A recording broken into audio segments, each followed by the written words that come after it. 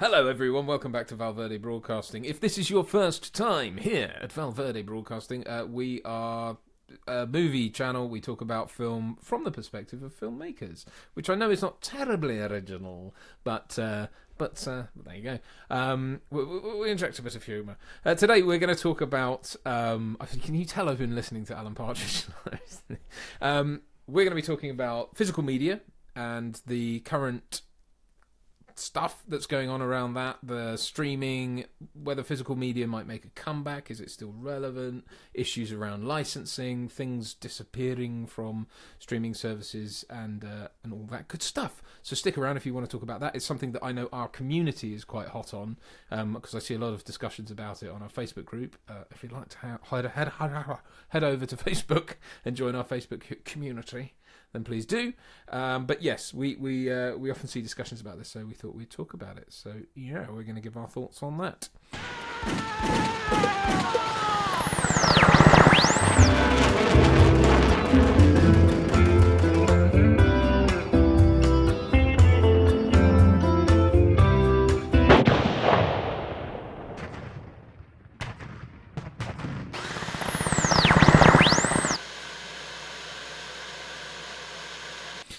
So, physical media. Obviously the big thing is that in the last 10 years, I guess people started getting rid of DVDs and Blu-rays and stuff, and gone are those box shelving units that used to be full of DVDs in your living room because they were cumbersome, and people just resorted to either buying things on VOD or paying for streaming services, and then over time, what that's resulted in is the people getting rid of their physical media, but then when things are either removed from streaming services or licenses expire, that kind of stuff, they lose the film, or they lose the version of the film that they loved and don't have it anymore and have no recourse because they don't own a player, and whereas physical media, obviously you own the media on which the film is. With licensing, you technically are simply licensing the right to watch the film, but not broadcast. So what are your thoughts, Richard,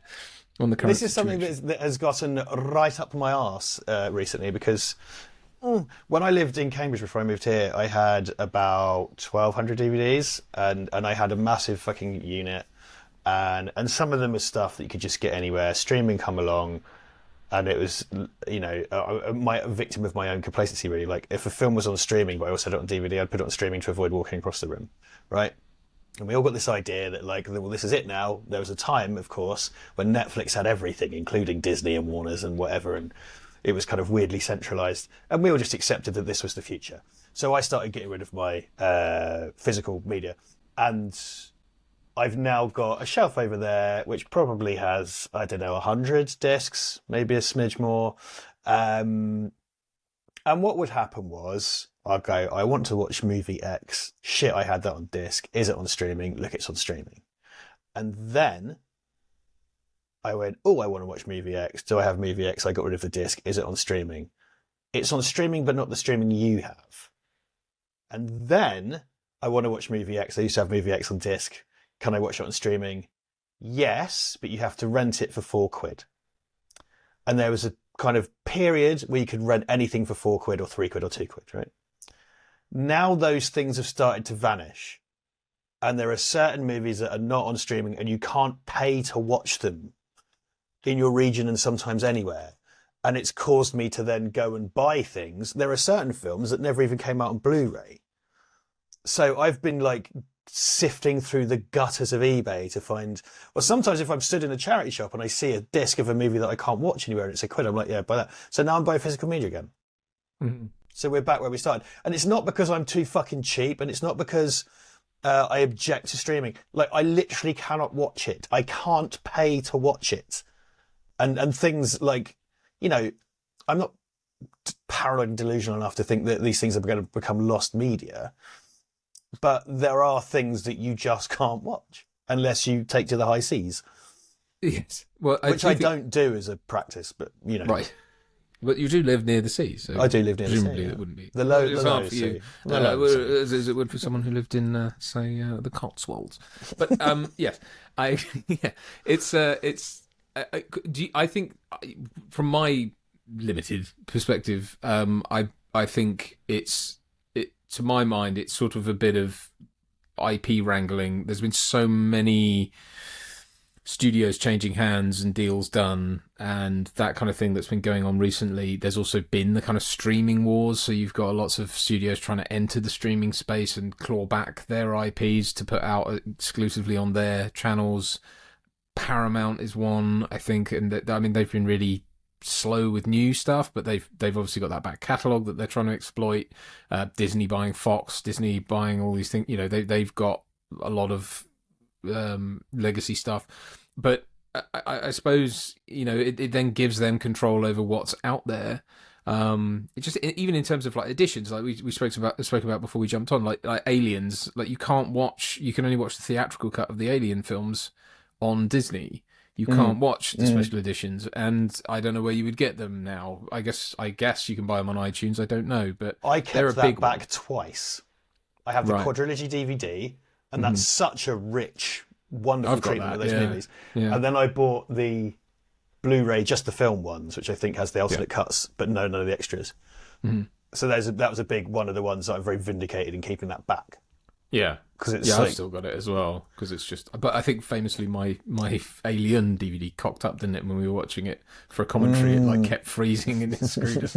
But yes, but I have it. But you're right. Yeah, all those documentaries and stuff that are on there are fantastic. But it's. I suspect what it is I think the delay in this sort of thing happening has also been because of licenses and those needing to expire and revert to wherever, and all that kind of stuff. I think, and you've probably got it with properties that like licenses expired. I mean, Toys is one you bring up sometimes because it's a film you love and it's not on. I've got a disc now. Right. I bought a DVD. I'll talk about.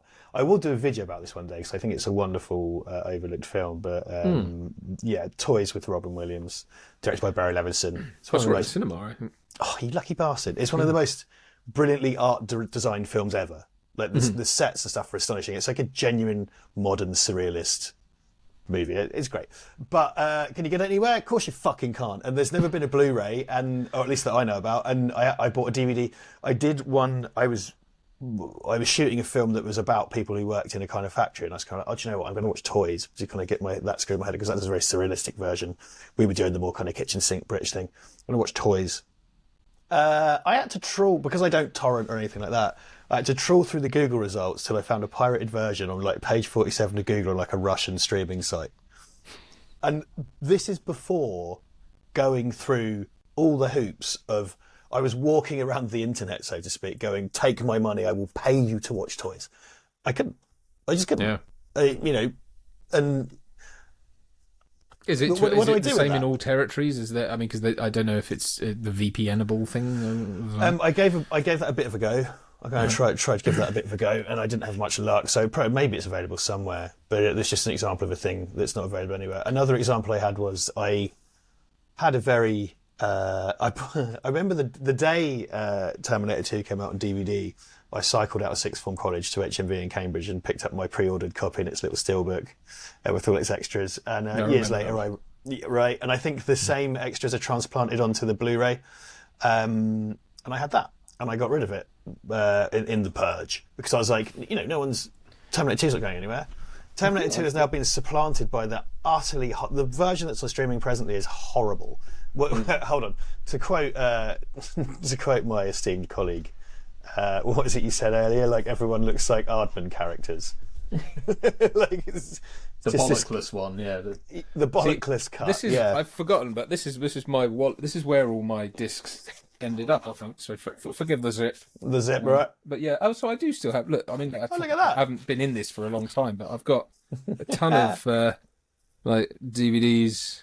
I wonder if Toys is in there, might be. It very well might be. But Blown Away. Blown Away? Jeff Bridges, yeah. I bet you can't get that anywhere. That's one of those sort of films. What's the thing? I mean, a lot of these things you just don't think about, and it's like someone somewhere has decided it's not worth putting on streaming, so it's not on streaming. Look at that Family Guy. Yeah, so, I mean, tons of stuff. So I wonder, because if you were to compare that to what's actually available, Yeah. You know, because so the version Terminator 2 it's out, they did a few little special effects fixes, which I can live with, including erasing Robert Patrick's knackers for that one bit. But they've done this horrible Terminator 1. Oh yeah, with the hand. That Terminator 1, you might want to look at that disc because that's one of the discs that rots. The early MGM discs. And this is another thing. I'm not saying fucking DVDs are forever because discs rot. They lied to us that they were going to last forever. It's bullshit. They rot. Yeah, so Terminator 2 has this horrible colour grade. It looks awful. I know James Cameron said, I hate it. It looks dreadful. We're at Star Wars Special Edition level. So I kind of rented it on Amazon one night because I was just sat around on my own. It's like, yeah, fuck it. And I was like, I'm not watching this. Like, there's no way. So I went and bought my Blu-ray back. So when I want to watch Terminator 2 and I got a Blu-ray player and I watched that. Something to mention here is that there has been a kind of period. Sorry. There's been a period since the kind of rise of streaming.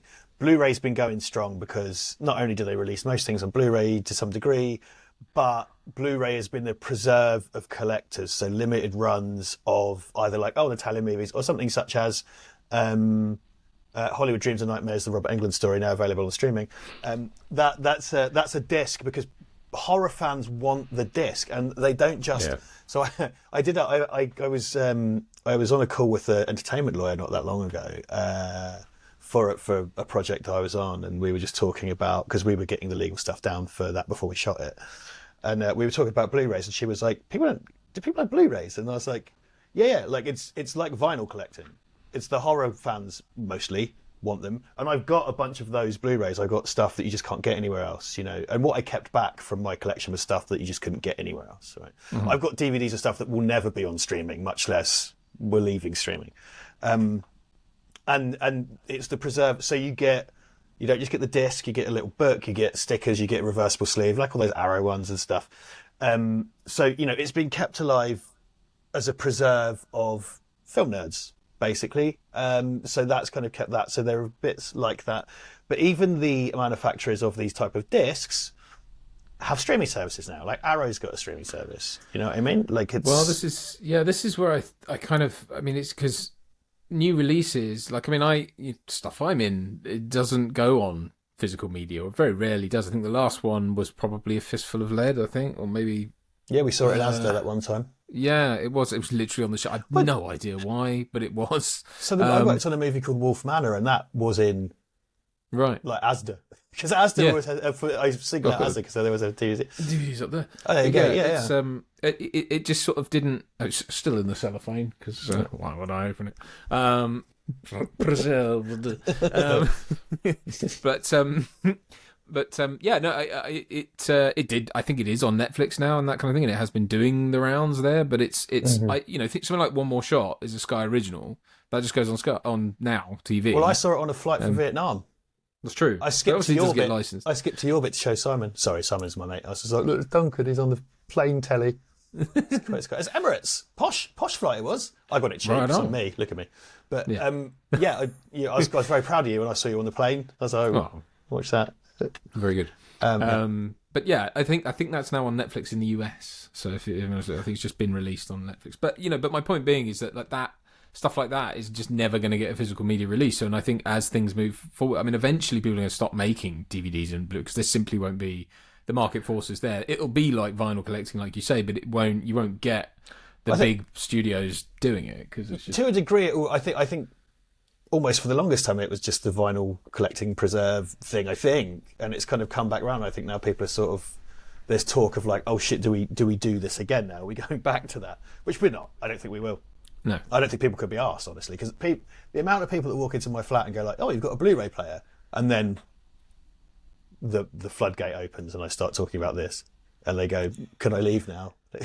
I was just here to read the meter, or whatever. But I was always kind of getting these bits, like as a collector. So like one year,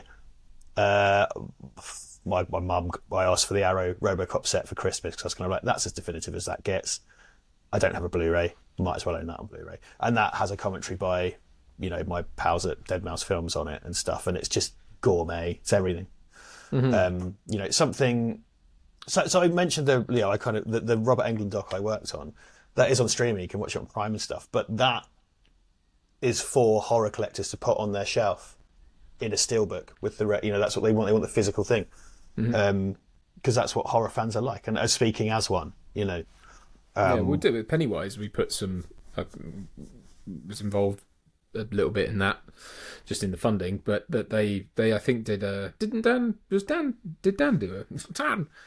do a design for that? For the he did. Yeah, I recommended him whilst we were out shooting it, and Gary got in touch and said our very own Dan Lyles did a very nice variant cover. Yeah.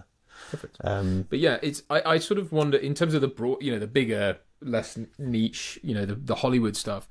It does seem like, it's accelerating this sense. I think more and more now people are getting this sense of like, is that dead? Is Hollywood dead? In terms of the sort of structure and the, theatres. All it's going to take is one cinema chain to shut its doors.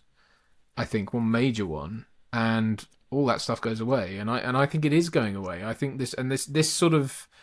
It speaks to the broader problem that they've got of monetizing this stuff, because I think the internet and streaming and everything came along quite quickly, but like slow enough that they could have done something about it, but they didn't. They did the usual thing of like trying to cling on to it for dear life and the old ways of doing stuff, because you do have a lot of transience intransigence, I should say, in the upper echelons of those studios, because they're older people, they harken back to the golden era of whatever, and they want to preserve it. And I do understand that, but I think they just got caught napping on this stuff, and that's why, like, I think around 2012, well, the late noughties into early teens, it was like 3D is the thing. You all want 3D, don't you? Have some 3D, and then you can only go to the cinema. Desperate gambit to make everyone be in the cinema. And then it was 3D Blu-ray, 3D TVs, all that stuff, which all just fell on its arse as soon as it started, really.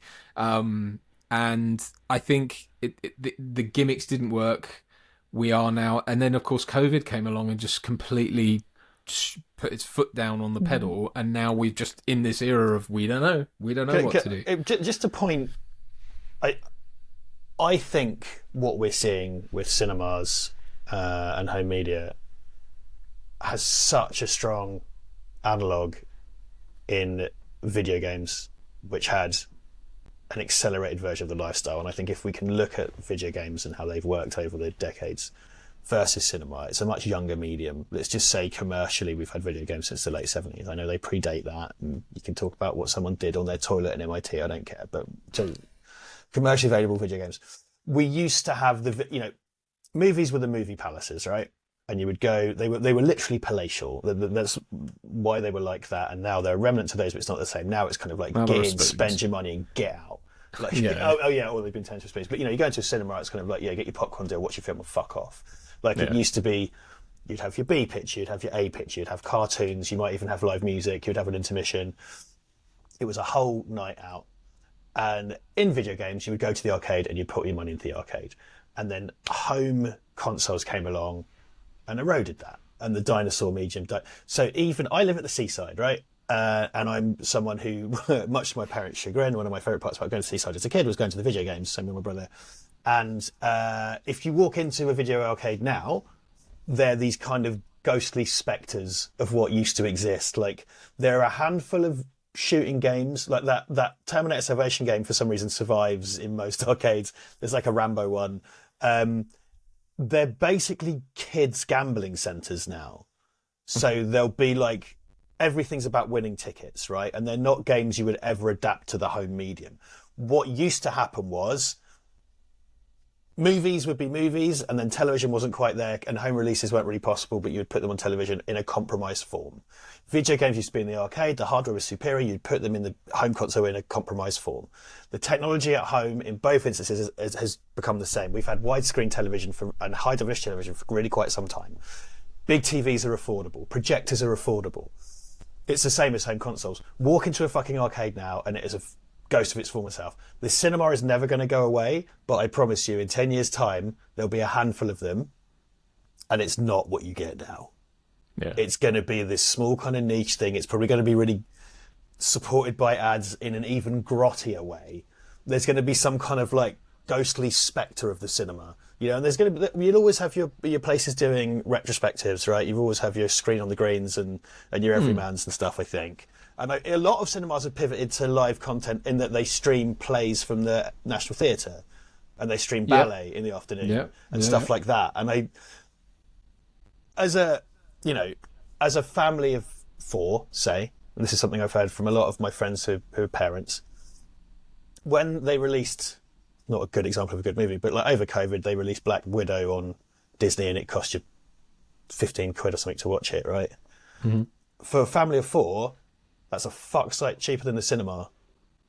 Like, because by the time you've got in the car, got parked, public transport, bought the tickets at extortionate prices, and then you've been mugged for pick and probably mix. Had a meal out, because there's no way you're going to get your kids fed and out the door before or after, Sometimes people are like, it's going to cost us like 80 quid, 100 quid, just to go see a movie. Yeah. Well, there you go.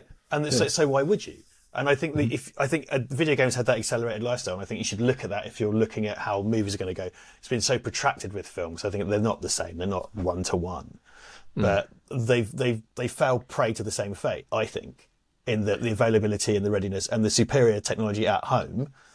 Yeah, killed it. But I also think video games always existed, even though I know they predate the internet. But you still had like video game magazines and stuff, and I think there was much more of a thing around video games of like knowing what's coming up, knowing there was a community around it. I think that has now happened with film, and we're part of it. Channels like this and other film related channels do exactly the same thing. But it's like there's everything's exposed. There's no and the fact is they release. Well, I mean, though they have sort of slowed this down, but I mean, when films were coming out, you'd get teaser trailer, teaser 2, trailer 1, trailer 2, and then you get TV spots and you get all the scenes being released, and it's kind of like, and the actors as well, like, are everywhere now. There's no mystery around film stars. There are no film stars, not really, not anymore. Tom Cruise. But he.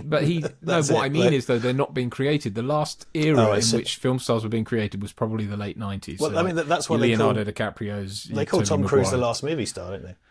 For that reason. I don't think he's the last. I think others have come since, but I know what you mean. He's the last one. It's a thing they say. It's not to be taken too seriously. He's the last one doing anything too mainstream that is actually getting top of the charts, and he's above the marquee kind of thing. But I mean, it's just I don't think it's coming back. I don't. I think what happened during the pandemic was it all got a lot of things got really stuffed, and then writer strikes and everything last year and actor strikes have just thrown so much into the long grass, plus coupled with this insane increase in the cost of borrowing. And I think you've got people going, how do we make these things anymore? And the back end just isn't there. There isn't a way to make money off this if it's going to go on streaming and that kind of thing. But again, obviously the answer is stop spending hundreds of millions of dollars. You don't need to. The technology's there to make this stuff a lot cheaper. But like The Fall Guy just got a massive kicking at the box office this week, and everyone's like, it's actually quite good, but because it's not a franchise, nobody wants to watch it, and no one wants to spend 40 quid on an unknown quantity if you're taking. But then the trouble is, and then the sort of solution is like, AI. I don't understand this. I think I said this on social media the other day. It's like, why the prime concern of AI? Its first job was to eradicate careers in the arts. Why? Why is that? Why are they saying like, wow, you assume we won't need actors? It's like, whoever didn't want you know what I mean? Like, who wanted to watch something that was... some fucker doesn't want to pay some other fucker. That's it. I mean, this is a problem. This is a problem with Hollywood and the studio system. There's a bunch of fat fucks sat at the top just creaming everything off. But I think that again, I've seen this from in other areas of technology where I'm a business owner. I go to a lot of networking things. The amount of bloody presentations I've sat through from AI companies that talk about how streamlined everything and how it all just does it for you and automated it is. And I'm just thinking, especially when you apply that to the creative side, it's like, yes, but no, at no stage is anyone going, and the end result will be way more interesting to watch, read, listen to. Like, no one's doing that. No one's ever going, and it will give you. So like, obviously it's easy to scoff and say, oh, Boris Johnson munching onions or Will Smith eating spaghetti, ha ha ha, that's stupid. And yes, I'm sure the technology will get to the point where it's photorealistic and all that stuff. But if you're watching AI, you're not that completely misses the point of what films and filmmaking is, and for the end user. And but then that has been yet another sort of speed pump that is just slowing everything down, because there's a lot of people they're at what they call stumbling points in their business, not just in film, but certainly I'm sure this is true of film as well, where they don't know which horse to back, so they're just not making decisions and not doing anything, and all this stagnation is just leading to more and more people tuning out of the whole thing. There's no film comes out and sort of is part of a zeitgeist anymore. It doesn't happen. It just doesn't happen. I think that sort of died off with things like The Matrix, and that was the last era where, we're all excited, we're all finding out what it was about. It was all like a big event. It was about AI. Yeah, exactly. But and I just think that's all dead. It's dead and buried. Well, there's and I don't think it's coming back. Things used to be sort of opaque. There's complete transparency now. I think there was a time when, for whatever reason, and again, I think it's part of the accelerated life cycle of these things. The video game magazine scene was huge. You'd walk in and there'd be like fucking 80 video game magazines in every newsagents. Yeah. Film magazines have always existed. We're talking about like Coyote Cinema, but then if you look at something like Coyote Cinema and then Sight and Sound, it was always a bit kind of highfalutin and sort of highfalutin and kind of quite high-minded, let's say, probably. But you do have your Total Films and your Empires and stuff like that there, but not the same volume. So if someone was obsessively reading these things, or something like Fangoria, bless you. So sorry. Someone was reading these things. They would know what was coming out and who was in it and stuff. But they were just such a slender minority of people. And the hoary old cliche for our generation, at least, or people of a certain age, is that you would find out a film was happening because you saw a trailer. Like, as in a sequel to something you loved and adored, you would literally find out it was happening sat in the cinema watching something else completely unrelated. Yeah. They've made another one of those! Oh my God, when's that out? Like, you'd be that level of you would learn then.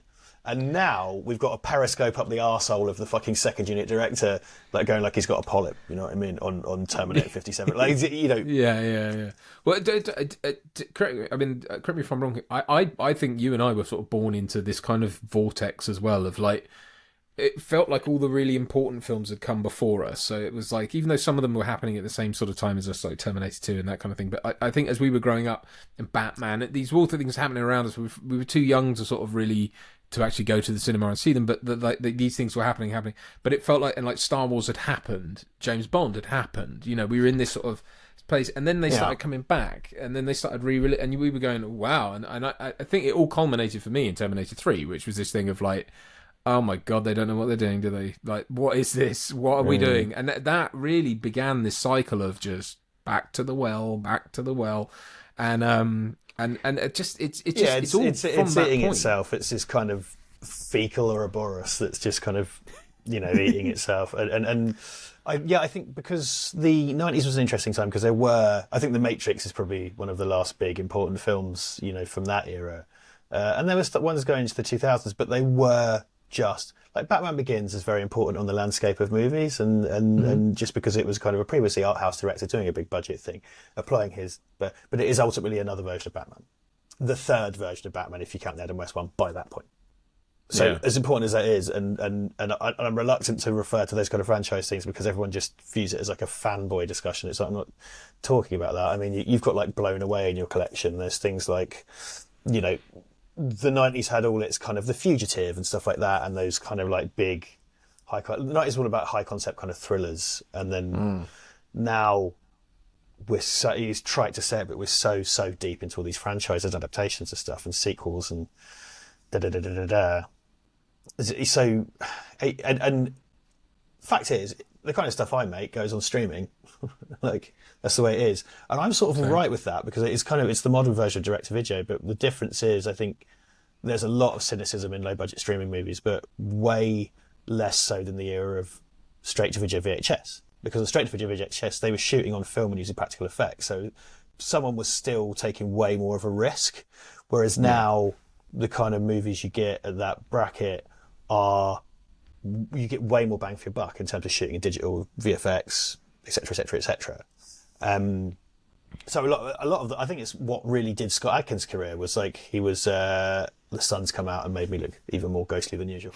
That Scott Adkins' career was he was making really interesting DTV actioners, but people will set up and look at them and go, that's actually a really good movie. And there was a kind of DTV renaissance towards the end of that kind of DVD, Blu-ray era before, like, and into streaming, where people kind of sat up and took it seriously. And now I work on a movie that's direct to video, and I'm like, yeah, I'm all right with that. Like, the chances of it going to the cinema are very slim, and people are it's going to get watched because it's on streaming. Like, people aren't going to watch something less likely to watch the original thing that goes into the cinema. I suppose everything is just niching down, isn't it? I think that's really what this falls into. I think if they can get, does the streaming model become ever more fragmented to the point where you simply have, you buy subscriptions to those sorts of things. I mean, it could even get to the point where there is the Scott Adkins streaming platform. It's so fucking granular. Why not? Yeah, it's and like you say, I think he's someone who, had he come along 10 years earlier, would have been in there with Van Damme and all. He'd be headlining stuff like that. I think he did those DTVs with Van Damme, didn't he? Like, oh yes, and he's worked with all those cats and everything. And that's the thing I always find odd about him, when people are like, "Oh, if only he could catch a break," and it's like, he's in like massive. He does pretty well. He was just in John Wick. Well, don't worry about it. Yeah, he's I've got no sympathy for him at all. Yeah, no, he's no. But I tell you about him is he works bloody hard, and he's someone who just loves doing what he does, and he just works his ass off in everything he does. And but I just think we've got to crack the streaming model. It's got to be basically you've got to make stuff for very little money, and then it's figuring out what the back end's like. You said basically before we did this that it's turning back into the sort of cable system, and it's like, fine, then embrace that. Then just say, okay, that's what it costs, and then it's taken a turn where there was a time, because it was never sustainable, because it's not what capitalism likes, but Netflix had everything, so it was centralised, right? So there was a time where just Netflix was the only one there was, and everything just went to Netflix. It was like, great, I have Netflix for £8 a month. It was never going to fucking last, right? What's happened now? So Netflix are doing like live sports, like all the streaming services are doing live shit, and it's like, yeah. So basically, what's happened very, very slowly is that we've removed the mechanisms, the physical mechanisms of broadcast, and moved them to the internet. It just took 12 years. So like the same methodology is now being applied, but it's coming out your fucking modem instead of out of an ugly fucking dish on your house or an aerial or whatever. So they're doing live stuff, they're doing pay-per-views, they're kind of conglomerating into packages and stuff like that. Because, everyone's password sharing. And why not? It's a fucking rip-off. Like, it's only £8 a month. It's like, yeah, but according to you, if I need to catch up and be in the zeitgeist, I need to have 9 of them. Like, you know what I mean? It's absolute madness. And then people try and do like, oh, well, I've taken my, like those guys, you see that thing recently? There's those guys who had a popular YouTube channel and then they put it behind a $6 paywall and then everyone kicked off. It's like a big stink. I've seen examples of that. Yeah. There's been others I followed. But, yeah. Well, those guys in particular, they were sat around in their nice set with their Rolex watches, having done videos about their Porsches and shit, going like, it's only $6 a month. yeah, but you're not saying Valverde broadcast is only $6 a month. No, I think that's a bit laughable. That's the difference. I think because especially when you're doing it on a medium that is really built around the YouTube model needs to be worked out better in terms of getting more ad rev to the creators. I think it's an absolute rip. Sorry, I know we're on the media on which we're decrying, but we're not doing this for money, so I don't care. But YouTube's a dying medium. Everyone's gone to TikTok. Yeah, this is becoming. You remember when we were. Like in 2008 or whatever, when we were in our 20s and like Facebook was the shit, right? Like MySpace had died and Facebook was the shit, right? Now, Facebook, half the people who are my actual friends my age have left it. Young people don't really go to it because why would they? It's mostly kind of people in their 50s and 60s sharing pictures of like a minion wearing a poppy and stuff like that. And their grandchildren. And their grandchildren, yeah. Whereas young people go to TikTok. And in 10 years, that's going to be the sad loser platform. Like, so YouTube now is just a load of millennials talking to each other. And that won't last. The production values on YouTube have gone, so like, when you're watching your niche, like if I'm watching, it's what killed off things like Top Gear and that kind of stuff, is it's like you had people making car reviews. So the whole like thing with the old Top Gear was it was a car magazine show then it got sort of Clarksoned and turned into more of a kind of audience participation. It got re-Clarkson because he went and came back, didn't he? Well, true, And then yes, it sorry, kind of- he or Andy Willman really, took it and retooled it. And then, but then once YouTube came along and once people had the production values and stuff on YouTube, but the problem was YouTube never got behind creators enough to allow that to work. So it's always then they have to have sponsors and then they have to have this, and it just gets bogged down in itself. If they hadn't been so big, I mean, I think you're right. I think they could claw it back if they started giving more profit to creators. They could still maintain it because it's it's part of Google. It's the second biggest search engine on the internet. That kind of stuff. I think it still has a lot of power, but they've got to But they're all far too up their own backsides to do anything about it. They're far too full of their own self-importance. Google has a handful of vastly successful products, and then an absolute litany of catastrophic failures. Yeah. Like if you look, they buy things out like Stadia, and they constantly add features. As someone who I have a Google phone. I'm kind of in the Google ecosystem, Gmail, blah, blah. Like there's constant things being added that you go, that's quite useful, and then you get an email going like, yeah, we stopped that now, because they just try. So like they have the illusion of power and control, where in actual fact they own just some really massively successful things: Google Maps, YouTube, Google itself. But they try other things and fail. And if anything, you and I have been on the inside of YouTube now, including when we used to work with Ollie Harper, and now 10 years for me. Yeah. 12 years for me, right? Yeah. And if I've learned anything, it's that they don't know what the fuck they're doing.